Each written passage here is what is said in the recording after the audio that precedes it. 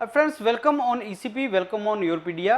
और मेरा ये video is related to syllabus जो एनवायरनमेंट इंजीनियरिंग के लिए रिलीज़ किया है Himachal Pradesh public service commission ने। सिलेबस बहुत ही लेंथी दिखेगा आपको मेंस का। Himachal Pradesh public service commission का जो एनवायरनमेंट इंजीनियर्स का जॉब है उसमें ओनली मेंस है। दो मेंस के दो पार्ट हैं, दो कंपोनेंट हैं उसके। एक पार्ट ए, पार्ट 1 पेपर 1 और पेपर 2। पेपर 1 टोटली ऑब्जेक्टिव है और नॉन टेक्निकल है। उसके 4 कंपोनेंट हैं, इंग्लिश, हिंदी, हिमाचल जीके और current affair general knowledge part of entire India. वो 4 कंपोनेंट हैं। और पेपर 2 के भी फर्दर 2 पार्ट हैं, पार्ट ए, पार्ट बी, जो टेक्निकल है और वो सब्जेक्टिव है। तो अगर आप फर्स्ट पेपर को अगर क्वालिफाई करेंगे पेपर 1 को, तब आपका पेपर 2 चेक होगा जो सब्जेक्टिव है। इसलिए नॉन टेक्निकल पेपर 1 जो है उसको क्वालिफाई करना इज़ वेरी वेरी इंपॉर्टेंट। अब इसका जो सिलेबस है वो अलग अलग ब्रांच के लिए अलग सिलेबस दिया है। ये मैकेनिकल इंजीनियरिंग के सिलेबस की मैं बात करूंगा आपसे। और योरपीडिया के ऊपर, ईसीपी के ऊपर आपको 80% प्लस सिलेबस आपको सारे का सारा बना बनाया मिलेगा। उसमें आपको प्रिपरेशन के लिए दिया जाएगा। जिन स्टूडेंट्स ने पहले ज्वाइन कर रखा था, अब सिलेबस अब आया है तो जो नया अपडेट है वो आपको मिल जाएगा। और आप में से जो बाकी स्टूडेंट्स इस एग्ज़ाम को लिखने के लिए जा रहे हैं वो अगर ये मॉड्यूल लेना चाहते हैं तो ले सकते हैं। अब प्रिपरेशन आप अपना स्टार्ट कर सकते हैं। मैं आज की वीडियो में आपको बताऊंगा, जो स्टूडेंट्स डर रहे हैं सिलेबस से, पहले तो ये समझ लो कि हरियाणा का भी ऐसे ही हुआ था। हरियाणा का भी जो सिलेबस था एनवायरनमेंट इंजीनियरिंग का, वो बहुत ही वास्ट सिलेबस था और कई टॉपिक ऐसे थे जो आपने नहीं किए थे पहले, और बहुत सा स्टूडेंट्स उसके डर के उन्होंने पेपर नहीं दिया। उसका एडवांटेज उन बच्चों को हो गया जो पढ़ के गए थे, चाहे 50-60% पढ़ के गए थे, उनको मेंस का भी कॉल आया और आगे वो इंटरव्यू का भी कॉल आया। तो अगर मैं सिलेबस में मैं 25 टॉपिक दे देता हूँ, उसमें मैं सपोज 7 टॉपिक ऐसे देता हूँ जो आपने कभी नहीं पढ़े, तो आपके 25 में से 7 अगर ऐसे निकल भी गए तो 18 टॉपिक तो ऐसे हैं ना जो आपने पढ़े हुए हैं। तो अब वो 18 पे फोकस होना चाहिए, 7 पे नहीं होना चाहिए। और मेजॉरिटी बच्चा ऐसा होता है जब सिलेबस आता है तो उस टॉपिक को देखता है जो उसने नहीं किया और डर जाता है और तैयारी नहीं करता। आपको तैयारी उसमें करनी है जो आपको टॉपिक अच्छे आते हैं, जिनको आपने पहले किया, उनको बहुत अच्छे तरीके से करके जाओ और आप आगे एग्जाम में जाओ और अच्छा परफॉर्म करके जाओ। कंपिटिटिव एग्जाम में आपको 100 में से 90, 80, 70 नंबर नहीं लेने होते, आपको बाकियों से अच्छे लेने होते हैं। तो जिसके बाकियों से अच्छे हैं वो सिलेक्ट हो जाएगा। और ऑब्वियसली एक मिनिमम कट ऑफ भी है, जैसे हरियाणा में मिनिमम कट ऑफ ही बच्चे क्लियर नहीं कर पाए तो ऑब्वियसली उनका नहीं हुआ। तो बेस्ट स्ट्रेटजी फ्रेंड्स क्या है, अब जितने भी एग्जाम्स और आगे आ रहे हैं उनका एक ट्रेंड मैंने देखा है कि उसका सिलेबस बहुत ज़्यादा वास्ट दे रहे हैं वो, और बच्चों के ऊपर छोड़ दे रहे हैं कि आपने जो करना, जो छोड़ना वो आप करो। और इसमें समझदारी अभी ये आती है कि आपने कौन सा टॉपिक करना, कौन सा आपने नहीं करना।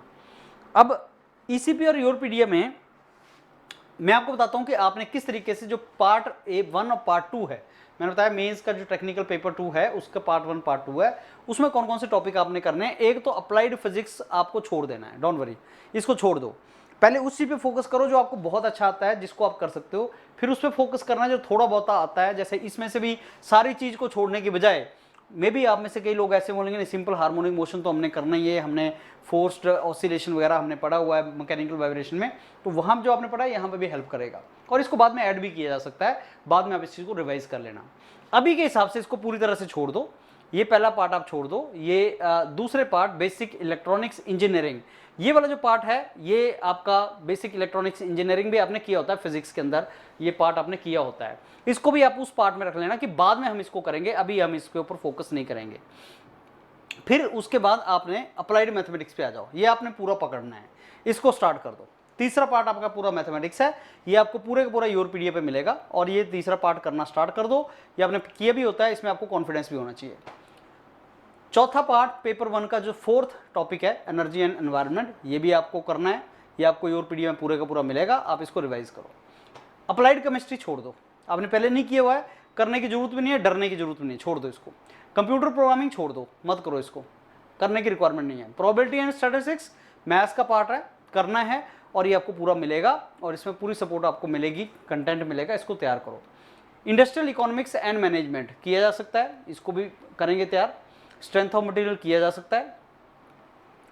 फ्लूइड मैकेनिक्स आपका सिलेबस का पार्ट है, nothing to worry. Engineering thermodynamics, human values and professional ethics engineering sciences का पार्ट होता है, योरपीडिया कवर करवाता है आपको, इसको बहुत अच्छे तरीके से आप कवर कर पाएंगे। मैन्युफैक्चरिंग टेक्नोलॉजी आप करेंगे, इसको भी करना है। उसके बाद आईसी इंजन हमारे सिलेबस का पार्ट है, नथिंग टू वरी। उसका turbo machinery, fluid machinery, turbo machinery किया जा सकता है। Kinetics of machines, basically theory of machine का पार्ट है, इसको भी करेंगे। हीट ट्रांसफ़र को करेंगे। मशीन डिज़ाइन हमारा सिलेबस है, उसको भी करेंगे। ये पार्ट 1 के जो मैंने आपको टॉपिक बताए। तो chemistry, physics, electronics, computer science अभी मत करो, बाद में देख लेंगे, जरूरत भी नहीं पड़ेगी मेरे को लगता है। बाकी जितने पोर्शन मैंने आपको बताया वो हम करेंगे। अब चलते हैं पार्ट 2 में।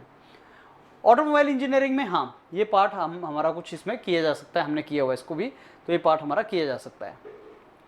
मटेरियल टेक्नोलॉजी करेंगे, कंप्यूटर एडेड डिज़ाइन भी करेंगे, मेजरमेंट एंड कंट्रोल, ये बेसिकली मेजरमेंट एंड कंट्रोल का पार्ट हमारा हरियाणा पब्लिक सर्विस कमीशन में वो भी इसका पार्ट आया था, तो वहाँ पे भी हमने इस चीज़ को किया हुआ है, तो इसको भी कर लेंगे। ऑपरेशन रिसर्च हमारा पार्ट होता है, इसको भी करेंगे। थर्मल इंजीनियरिंग करेंगे, उसके बाद डायनेमिक्स मशीनरी ये भी करेंगे। इंडस्ट्रियल ऑटोमेशन एंड रोबोटिक्स इसको भी करेंगे। रेफ्रिजरेशन एंड एयर कंडीशनिंग इसको भी करेंगे। फिर power plant engineering will do that. Industrial engineering and production management इसको भी करेंगे। टोटल क्वालिटी मैनेजमेंट, फिर नॉन कन्वेंशनल एनर्जी सोर्सेज इसको भी करेंगे। उसके बाद production planning and control industrial engineering का पार्ट है, इसको भी करेंगे। मैकाट्रॉनिक्स में बहुत से ऐसे टॉपिक हैं जो इलेक्ट्रॉनिक्स के हैं, उसको छोड़ देंगे। गैस डायनेमिक्स को छोड़ देंगे। मैकेनिकल वाइब्रेशन को करेंगे। तो ये हमने इस तरीके से डिवाइड किया है। जैसे मैंने आपको बताया कि 80% टॉपिक ऐसे हैं जो आप कर सकते हैं, आपने किया हुआ है, उस पर कंसंट्रेट करो, उसको स्टार्ट करो। बेस्ट ये है कि पूरे सिलेबस को 3 पार्ट में बांट लो। जो बहुत अच्छे तरीके से आपने किया है उस पर सबसे पहले ध्यान लगाओ। फिर जो अच्छे तरीके से नहीं किया है लेकिन किया जा सकता है, वो पार्ट 2 आ गया, जिसको साथ साथ करेंगे। तीसरा जो बिल्कुल नहीं किया है उसको छोड़ना ही है, शुरू से स्ट्रेटेजी बना लो, इसको छोड़ना है। And believe me, Haryana assistant environment engineer के एग्जाम से जो हमें मिला, जो हमने उससे सीखा कि ऐसा बहुत से टॉपिक हैं जो हमें नहीं करने हैं, उनको छोड़ देना चाहिए, उसी से तुम्हारी तैयारी अच्छी होती है। That is how we have to do. So I hope friends, आपको मेरा ये सारे के सारी बात पता चली होगी, समझ आया होगा कैसे करना है। और हमें एग्ज़ाम अगर निकालना है, सिलेबस से नहीं डरना। सिलेबस में आजकल 20-25% ऐसे टॉपिक डाल रहा है वो जिनका कोई मतलब नहीं है, उससे हमें डरना नहीं है। हमने उस पर कंसंट्रेट करना जो हमें आता है, और मेरे को लगता है उससे हमारा एग्ज़ाम निकल जाएगा। तो ऑल द वेरी बेस्ट, तैयारी स्टार्ट करो अपना। अगर आपने इस एग्ज़ाम को भरा है तो तैयारी करके एग्ज़ाम दो, और योरपीडिया और ECP के साथ जुड़ो एंड प्रिपरेशन करो। All the very best, thank you.